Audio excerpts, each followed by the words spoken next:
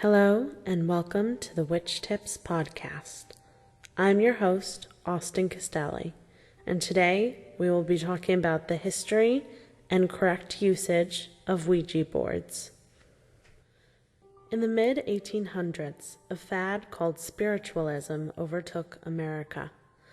The stars of this movement were mediums, some of whom were authentic, and some who were con artists looking to make a buck off of the trend. These fake mediums had certain tricks which led witnesses to believe that a genuine connection to the dead existed. These tricks included manipulating the table at the center of the session to move and make noises at certain points. One of the most prevalent tools used in almost all medium sessions from the time was the planchette.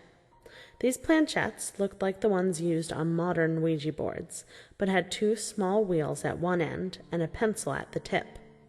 These planchettes were supposed to be moved by a spirit or entity to produce a message in writing. The problem with the planchette was that the writing often came out indecipherable and was difficult for spirits to manipulate. This led to the creation of the talking board, or as we know it, the Ouija board. Ouija boards were easy to make and easy to use. People no longer needed mediums to facilitate their spirit communications. All someone had to do to operate it was to put it on a flat table or on their lap, place their fingertips on the corners of the now pencil-less planchette, and ask, "Are there any communications?" Charles Kennard and William H.A. Maupin patented the Ouija board in 1891 and turned it into a toy. It is said that the name came from asking the board itself what it was called. It responded, "Ouija," which means good luck in ancient Egyptian. But William Fold's account claims that the name comes from a combination of the French and German words for yes. Fold took over production of the Ouija boards in 1901. The first boards manufactured by Kennard and Maupin sold for $1.50, or in today's money, $38.92. One thing that remained the same from the first incarnation of the Ouija board until present day was the use of the planchette. Without the planchette, the board is useless. It's believed that separating the two from one another can prevent any unwanted spirits from using the board as a portal and can effectively disarm the tool altogether. When using a Ouija board, it is imperative that the user know how to open and close communications safely. The following are a few simple steps to use when using a Ouija board. Firstly, only one person should ask the spirit questions, and this should be done in a clear manner. The questions should not be asked too fast and should be worded in a plain and accurate fashion. Second, it is imperative that everyone present be serious and open to contact. Taunting the spirit, asking it frivolous questions, and laughing at it will result in negative experiences. Always be respectful. Thirdly, one should never use the board when they are ill or weakened. Fourth, one should never take a spirit's flattery seriously. Often, negative entities will try to gain trust this way. Fifth, never let yourself become emotionally dependent on the board. Sixth, if a spirit begins to count down by numbers or letters of the alphabet, close the board immediately. The entity will be able to escape once it has reached the end. Seventh, if the planchette moves to each corner of the board, it is a sign that a negative entity has been contacted. Eighth, place a silver coin on the board to prevent evil spirits from coming through. Ninth, always separate the planchette from the board when you are not using it. 10th, to properly destroy a Ouija board, break it into 7 pieces, douse it in holy water, and bury it. 11th, never burn a Ouija board. 12th, never ask questions relating to your own death or the death of another. 13th, never use the board alone.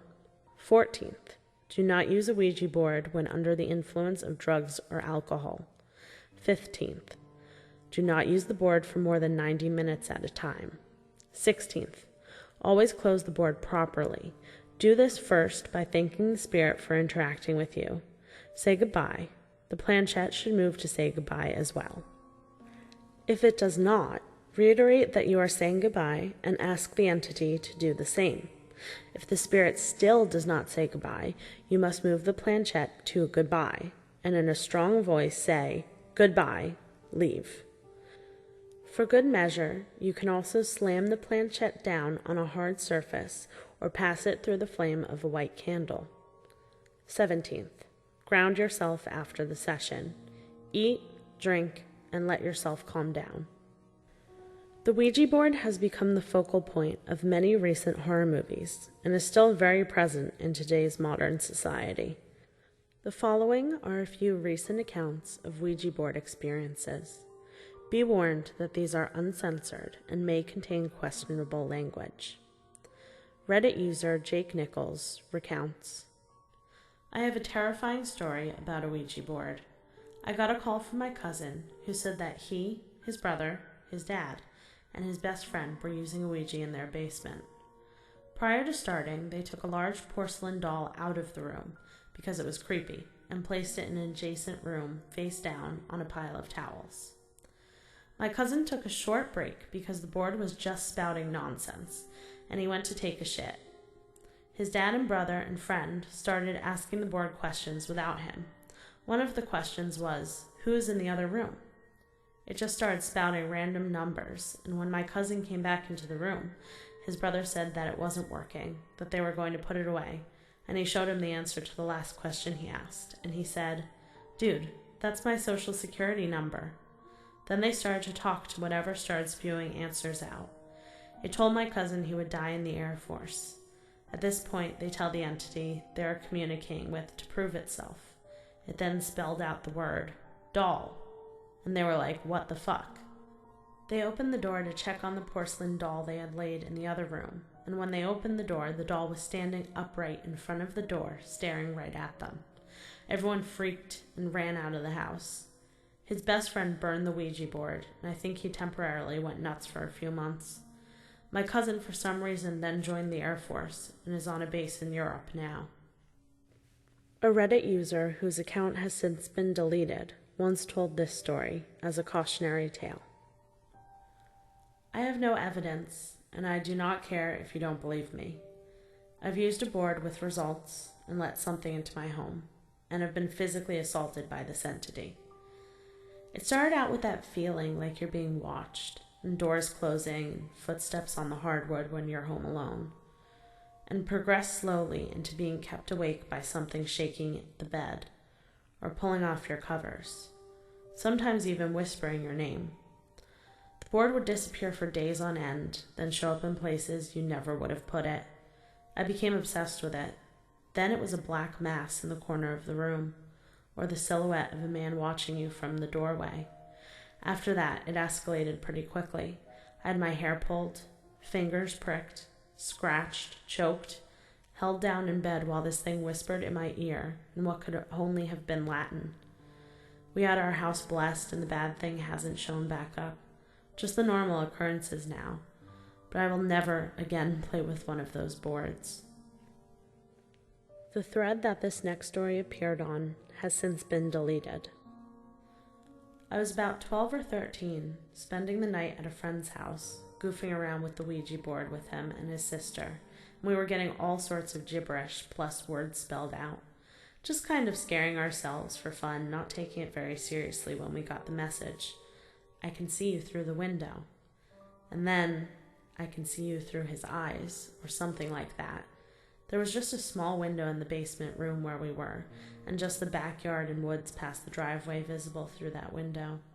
We asked it more questions, and it said, 'I'm under the car.' So we somehow got up the nerve to go out with a flashlight and peer under the car, where we saw a huge black stray cat, which was hissing. We ran inside, freaking out, and at that exact moment, the power failed, and all the lights in the house went out. We just about actually shit ourselves.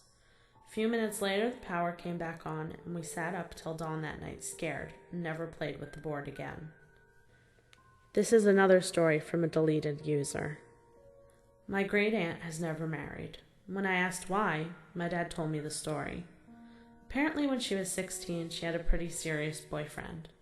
When she used a board, she asked if they would get married, and it said no.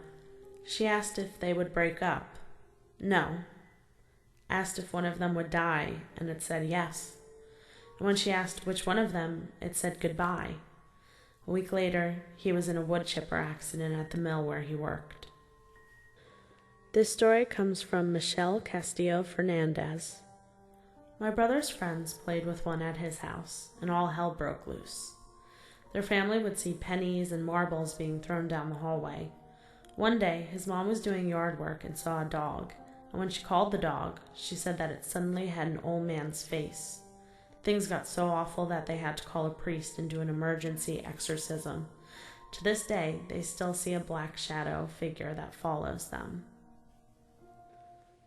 BuzzFeed user Ashley Laney, 88, told BuzzFeed, "When I was 15, my grandma asked me to use a board to contact my uncle who had died at birth. At first it seemed we were talking to my uncle, but as time went on, the personality of my uncle changed. He got mean and possessive, and finally the spirit told me that it had my uncle and was coming for me. I blacked out for a full minute. When I came to, the light bulbs in the kitchen had popped, and there was glass everywhere. We never played again."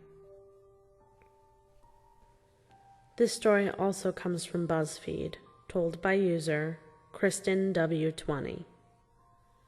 "One summer, my friends and I met the spirit of a boy named Jake through my board, and my friends kept antagonizing him to prove he was real. We were in the basement when the board said to go to my room. There we found crayons had been knocked over onto my floor, and a notebook on my bed opened up with the name Jake scrawled out in big letters.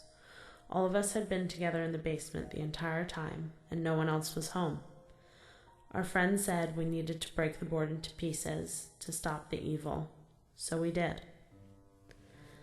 That's all for today's episode.